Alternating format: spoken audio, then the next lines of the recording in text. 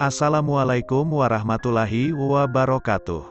Biografi Syekhona Holil Bangkalan Madura, ulama terkemuka dan guru pendiri Nahdlatul Ulama. Syekhona Muhammad Holil salah satu ulama terkemuka di Kabupaten Bangkalan, Pulau Madura.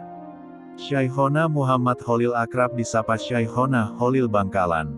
Ia termasuk guru dari Kiai Haji Hashim Asy'ari pendiri organisasi Islam Nahdlatul Ulama, NU. Syekhona Holil lahir pada 11 Jumadil Akhir 1235 Hijriah atau tanggal 27 Januari tahun 1820 Masehi di Kampung Senenan, Desa Kemayoran, Kecamatan Kabupaten Bangkalan, Madura, Jawa Timur. Mbah Holil akrab disapa adalah salah satu ulama yang berperan penting dalam perlawanan terhadap kolonialisme dan konstruksi Islam Nusantara. Beliau memiliki nama lengkap Muhammad Holil bin Abdul Latif.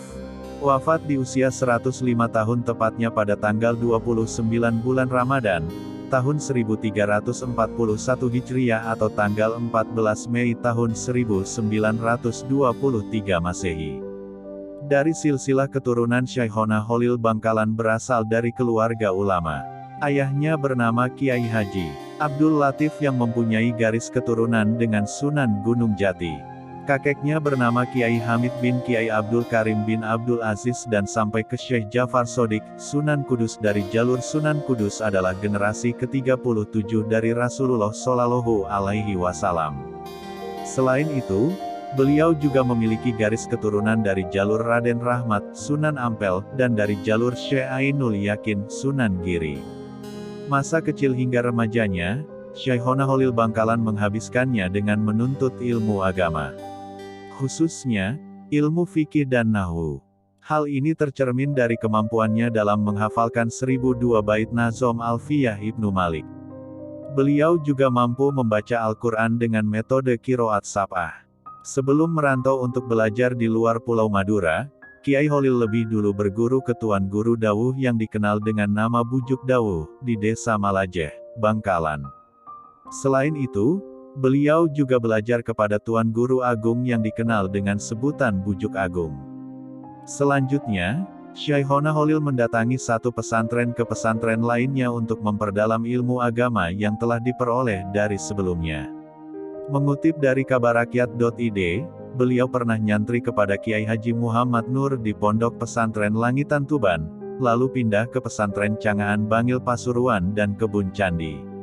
Selain itu, Syekhona Holil Bangkalan juga belajar kepada Kiai Haji Nur Hasan Sidogiri letaknya 7 km dari Kebun Candi. Dalam perjalanannya untuk menuntut ilmu ke Sidogiri, Mbah Holil selalu membaca surat Yasin di sela-sela istirahatnya di perjalanan. Kemudian, pada tahun 1859 Masehi saat usia Mbah Holil 24 tahun beliau memutuskan menuntut ilmu ke Makkah. Namun, sebelum berangkat Mbah Holil menikah dengan Nyai Asek putri Pangeran Londrapati. Setelah menikah beliau berangkat ke Makkah dari ongkos yang ditabung selama nyantri di Banyuwangi. Saat menjadi santri di Banyuwangi, Mbah Holil menjadi buruh pelapa kalapa, setiap dapat upah beliau selalu menabungnya. Sesampainya di Makkah, Mbah Holil belajar kepada Syekh Nawawi Al-Bantani, Syekh Utsman bin Hasan Ad-Dimyati, Sayyid Ahmad bin Zaini Dahlan, Syekh Mustafa bin Muhammad Al-Afifi Al-Maki, Syekh Abdul Hamid bin Mahmud As-Syarwani. Beberapa sanad hadits yang musalsal berangkai diterima dari Syekh Nawawi Al-Bantani, dan Abdul Ghani bin Subuh bin Ismail Al-Bimawi, Bima, Sumbawa. Selanjutnya, Mbah Holil belajar kepada para syekh dari berbagai mazhab yang mengajar di Masjid Al-Haram. Namun kecenderungannya untuk mengikuti mazhab Syafi'i tak dapat disembunyikan. Oleh karena itu, tak mengherankan bila kemudian Mbah Holil lebih banyak mengaji kepada para syekh yang bermazhab Syafi'i. Sepulangnya dari Makkah, Mbah Holil dikenal sebagai seorang ahli fikih dan ilmu tarekat. Bahkan, ia juga dikenal sebagai seorang kiai yang dapat memadukan kedua hal itu secara serasi. Dengan pengalaman dan ilmu yang dimilikinya, Syekhona Holil mendirikan sebuah pesantren di daerah Cengkubuan, Kabupaten Bangkalan. Berikutnya, Mbah Holil mendirikan pesantren kedua, di daerah Demangan, pusat kota Bangkalan. Letak pesantren yang baru itu hanya 1 kilometer dari pesantren lama. Di pondok pesantren yang baru, karena kealiman dan kewaliannya banyak santri yang ingin berguru kepadanya bukan saja dari daerah sekitar, tetapi juga dari tanah seberang Pulau Jawa. Beliau berhasil mendidik para santrinya, mereka banyak yang menjadi ulama besar yang tersebar di Indonesia, di antaranya Kiai Haji Hashim Asy'ari pendiri Jamiah Nahdlatul Ulama, organisasi terbesar di Indonesia, Kiai Abdul Wahab Hasbullah, Jombang, Kiai Bisri Syansuri, Jombang, Kiai Abdul Manaf Lirboyo, Kediri, Kiai Maksum Lasem.